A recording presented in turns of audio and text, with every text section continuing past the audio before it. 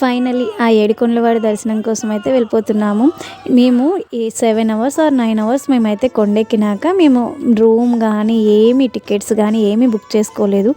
ఎందుకు అని అంటే కనుక మేము సడన్ ప్లాన్ 1 వీక్ బిఫోర్ నేను ఖచ్చితంగా వెళ్ళాలమ్మా అని చెప్పాను అమ్మకి. ఇంకా అమ్మ ఏమందంటే అమ్మే తీసుకువెళ్తాను అని అనుకుంది కాబట్టి అమ్మే మొత్తం ఖర్చు అంతా పెట్టుకుంది. మాదైతే ఏమి ఒక్క రూపాయి కూడా ఖర్చు అవ్వలేదు. ఇంకా అమ్మ సడన్గా టికెట్స్ చూస్తే ఉన్నాయి, ఇంకా బుక్ చేసుకున్నాము. ఇంకా మేము దర్శనం టికెట్స్ కానీ రూమ్ కానీ ఎలాంటివి తీసుకోలేదు. మేము ఒక లాకర్స్ మాత్రం తీసుకున్నాము. మీరు లాకర్స్లో కూడా ఎలాంటి ఇబ్బంది ఉండదు, ఎందుకంటే మనకి లాకర్ తాళాలు మన దగ్గరే ఉంటాయి కాబట్టి మీకు ఎలాంటివి పోతాయి అని అయితే భయం లేదు. సో మేమైతే ఆ దర్శనానికి మార్నింగ్ 2కి అయితే స్టార్ట్ అయ్యాము.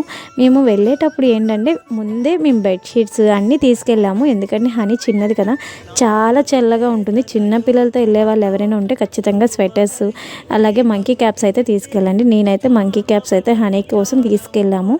ఇంకా మనకేంటంటే మనకి ఫస్ట్ ఒక రూమ్లో వేసేస్తారు, అక్కడ 2-3 అవర్స్ అలా ఉంచేస్తారు. అలా ఉంచేయడం వల్ల ఏంటంటే అప్పుడు మనం బెడ్షీట్స్ అలా ఏమైనా తీసుకెళ్ళాం అనుకోండి ప్రశాంతంగా నిద్రపోవచ్చు. మేము ఆల్రెడీ 2 డేస్ నుంచి నిద్ర లేకపోవడం వల్ల అయితే మేము బెడ్షీట్స్ తీసుకెళ్ళాం కాబట్టి ఒక 2 అవర్స్ అయితే స్లీప్ చేసాము. అలానే మనకి ఫుడ్కి అయితే ఏమి ఇబ్బంది ఉండదు. పిల్లలు ఉంటే పాలు ఇస్తారు, పెద్దవాళ్ళకైతే టీ ఆర్ కాఫీ ఏదో ఒకటి అయితే ఇస్తూ ఉంటారు. నెక్స్ట్ ఏంటంటే ఇంకో రూమ్లోకి అయితే పంపించేస్తారు. అక్కడైతే లిటరలీ 4 ఆర్ 5 అవర్స్ అలా వదిలేస్తారు మనల్ని, ఎవ్వరు కదపరు. సో అప్పుడు కూడా మనం కూర్చోవచ్చు, ఏమి ఇబ్బంది అయితే ఉండదు. సో అక్కడ కూడా మనం పడుకోవాలనుకుంటే పడుకోవచ్చు. ఇంకా 2 రూమ్స్ దాటేసినాకైతే ఇంకా డైరెక్ట్ దర్శనానికి అయితే పంపిస్తారు. అప్పుడు కూడా మనం వెంటనే దర్శనం చేసుకోలేము. ఒక 1 అవర్ ఆర్ 2 అవర్స్ మనం నడుస్తూనే ఉండాలి లైన్స్లో, అప్పుడు దర్శనం అయితే అయిపోతుంది.